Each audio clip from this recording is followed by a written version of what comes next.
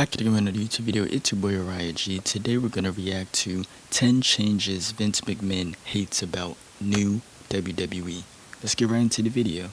And as we've been discussing, also Vince McMahon, man, he's been all in, headlines when it comes to WWE, explaining why Vince doesn't like what's going on in the company, what needs to be changed, with Triple H and booking and office and all that. But yeah, we're going to react to 10 changes Vince hates about new modern WWE. Let's get right into the video. Alright, we have an advertisement to start off. That's cool though, we about to skip it. McMahon would hate. 10 things Vince McMahon would hate about the new WWE. Be sure to subscribe and hit that notification bell for daily wrestling videos and follow us on Facebook for exclusive lists. Number 10, ring sponsors. And with modern day WWE, the ring mats are filled with sponsors. At WrestleMania 41, there were more logos than clear canvas in the ring, and this has led to fans believing that WWE have gone way too far with advertisements. Yeah, and I know that, you know what that means. They put money into that, so yeah. They be placing ads on my videos too, and on my music. The ring canvas was previously sacred in WWE, and it was Vince McMahon who strongly believed that sponsors being plastered on the ring canvas was a terrible idea. According to Kevin Nash on the Click This podcast, McMahon once turned down a lucrative sponsorship deal with Budweiser for pay-per-view events. McMahon was evidently protective of how the ring mat looked, and Michael Cole even stated that McMahon would have never allowed the WWE mat to look how it does currently. According to Cole, McMahon truly believed that— Yeah, because when Vince was in office, usually the ring mat would just be gray, regular mat. Sometimes they'll get a little decorative when it comes to like pay-per-views, I think, back then. But yeah, definitely now they be using the prime bottles at WrestleMania, the Slim Jim logo on the mat with Triple H, and the book Triple H booking is different. So yeah, I see like just different aspects of things. Let's continue the video. Sacred, and no amount of money could influence him to change his mind. Number 9, 5-match PLEs. One of the most common trends of the Triple H era of WWE is a 5-match card format for PLEs. Since taking over, Triple H has predominantly booked most shows outside of SummerSlam and WrestleMania to have only 5 matches. This has led to vast criticism from fans, as a lot of key matches are left off the show completely, and a strong portion of the show is filled with commercials and filler segments. This is no doubt a TKO call, and it will be the TKO executives who are putting together brand deals for PLEs. And when the show is planned— How do y'all feel about these new changes? Because we have new wrestling fans coming in, we got old wrestling fans still hanging. I'ma always be a wrestling fan, but yeah, how y'all feel about this? out, the brand deals will naturally take priority. Vince McMahon loved to vary his PLE match cards, with sometimes some B-level events pushing 8 matches. Of course, certain events such as WrestleMania could go on for way too long, but McMahon was never guilty of leaving huge matches off PLE match cards, and he's always known to stack them to make sure they seem worthwhile. Number 8. Post-PLE press conferences. Whilst Vince McMahon experimented with post-event press conferences from time to time, they were always formatted in a certain way. They were always used to further storylines on the show and existed to get characters over. Unfortunately, this isn't the case in the TKO era. WWE holds a press conference for every major event, and they're often a confusing mess. Certain wrestlers appear completely in character, whilst other wrestlers completely break kayfabe. It's a complete amalgamation of kayfabe and reality, and it doesn't work in this kind of setting. I think Triple H is still trying to finish the product, like get everything in order. If you want to present a sports-type press conference, then commit to the idea and make sure that everyone is on the same page. If McMahon saw wrestlers breaking kayfabe minutes after a key angle, he would lose his mind, and this is one of the things that fans continue to call out WWE for. One of the central parts of these press conferences is an appearance from Triple H. Without fail, every single time Triple H tells the media and fans how much money the event made and how they broke the record books by delivering a lucrative gate. Fans simply don't want to hear this. Yeah, because that's probably the reason why they're upping the ticket prices, because that is the money coming in. But then again, Not everyone's gonna pay those tickets. Not everyone has that type of money. Las Vegas could be in WrestleMania for 2 years straight. We had it last year, and we might have it again. But let's get right into the video. They don't want to hear how much money the company is making, especially in an era where ticket prices are through the roof. It's a bizarre trend that McMahon instantly would put a stop to. Number 7. Commentary. Vince McMahon loved to micromanage his commentary teams into an oblivion. Numerous commentators quit WWE over McMahon's managerial style, and he was prone to scream at them into their headset and give them direct verbal instructions that they needed to follow 100%. Triple H and TKO have erased this entirely. The WWE commentary teams are given freedom to call the show, and this has completely transformed the way commentary is delivered. Michael Cole has a new lease of life, and he's even spoken about how happy he is working with Triple H. Cole isn't just happy in his role, he's having the time of his life. For years, Cole was Yeah, I feel like, they have more creative freedom as far as what they want to say, I guess. Maybe that's maybe that's the reason why Michael Cole feels more comfortable with this character. By McMahon, but the chains are truly off in this new era. McMahon would loathe this style of commentary, and McMahon would probably have a nervous breakdown if he could see Cole standing up and yeeting every Monday night. Number 6. Wow. Just get another ad like that. What is this? Is this a new video game? Y'all comment and tell me what this is. Is it free?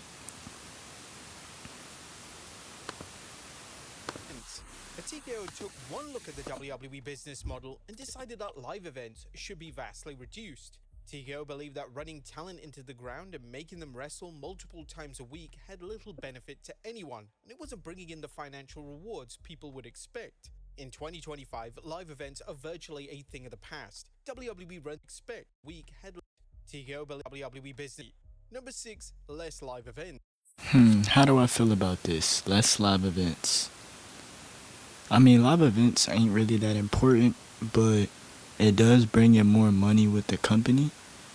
But, live events aren't actual, they're just house shows. They're not, on TV. But, sometimes they have really great matches you wouldn't see on TV. So that's why sometimes, and there's been title changes on house shows before. I've been to, I think, 1 or 2 house shows. I've been to a TNA house show, and I've been to a WWE house show.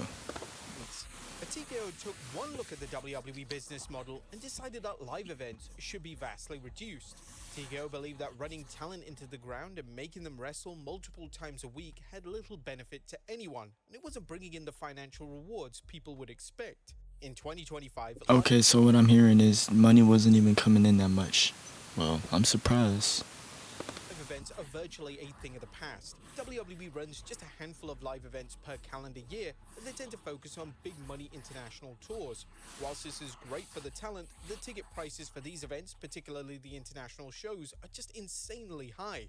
With that being said, most of these shows are selling out, so TKO's business model is clearly working. Vince McMahon was a strong believer in his established live event model. He would insist that live events occur every single weekend, and this led to talent being burnt out and injuries becoming more common.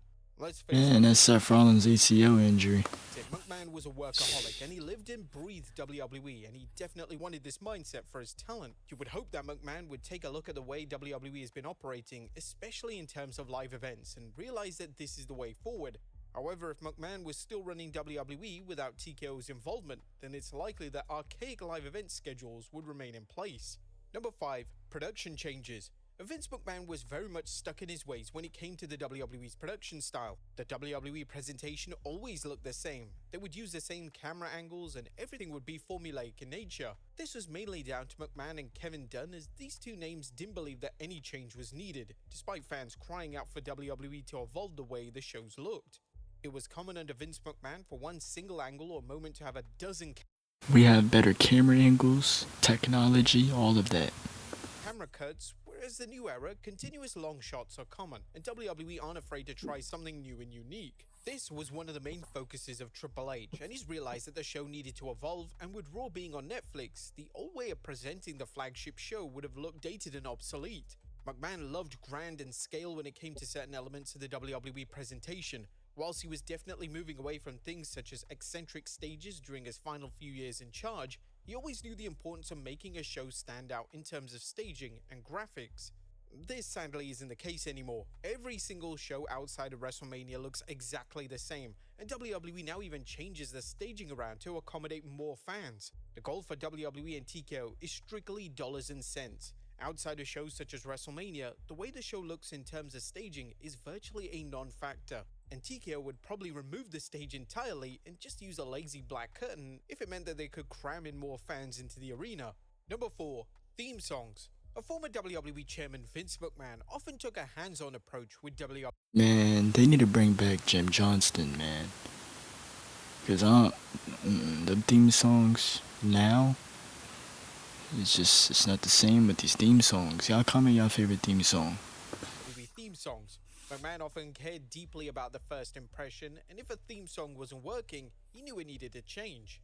There have been countless stories over the years of McMahon insisting that WWE got a specific theme song just right. Even when Jim Johnston stopped working with WWE, McMahon was still putting considerable effort into making sure the themes worked for each respective talent.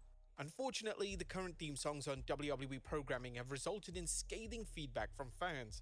Virtually all theme songs produced by Def Rebels sound exactly the same, and outside of licensed songs or songs produced for the main eventers, none of the songs manage to stand out.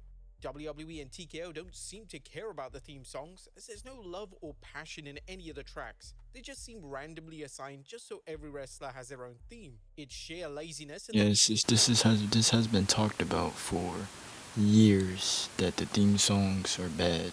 there's zero excuse as to why the theme songs have shown little to no improvement despite years of fans complaining. Number 3. Banned words. Vince McMahon was prone to making his talent stick to set rules and regulations. This was definitely the case when it came to certain words. McMahon wouldn't allow his wrestlers or commentators to say certain words, and if they did utter these infamous words, then McMahon would often be enraged. These banned words range from wrestling to belt, and most of the words stem from McMahon's bizarre ideology that distancing WWE from being a wrestling company was going to be a We have another advertisement.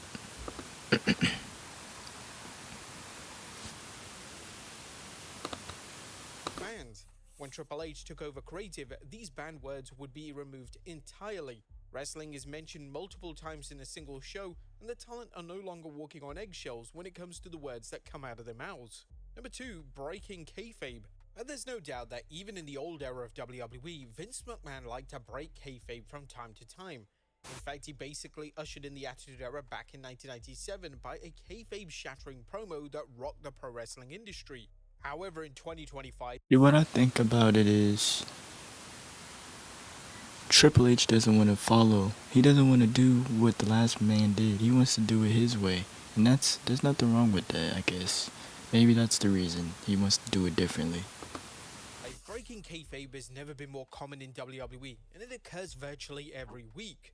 WWE are obsessed with reminding fans that the show is a scripted presentation, and what they're seeing is totally fictional. This was seen on the Raw and the Netflix premiere, as the opening video package saw Triple H talk about work shoots and even baby faces and heels. Wrestlers such as The Rock break kayfabe minutes after the show, and it's a weird business direction. Shoot, John Cena said he'll turn in 2013. That has left fans puzzled.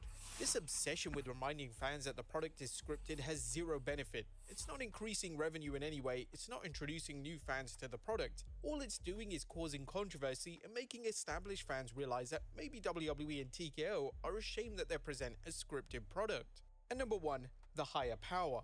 A Triple H... Nah, you shouldn't feel ashamed of, giving the world a scripted product, because it's bringing billions of dollars to the world. It's bringing a lot of revenue, a lot of money, and it's entertainment for people to see. And these wrestlers put their bodies on the line, so it's partially real too. Even though it's script, they still put the bodies on the line.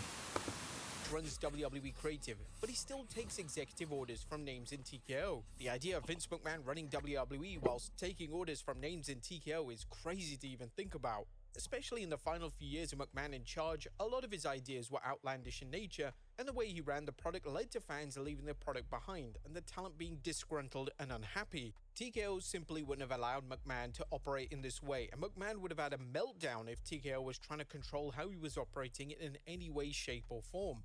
Earlier this year, The Rock revealed that Ari Emanuel, who acts as the director of TKO, phoned him and asked him to help boost ticket sales for Elimination Chamber. Yeah, think about it. They do endorsements. They partner with people. TKO, UFC, Slim Jim, Prime. What else? You can name. There's so many different companies and partnerships they done did. That's just more revenue.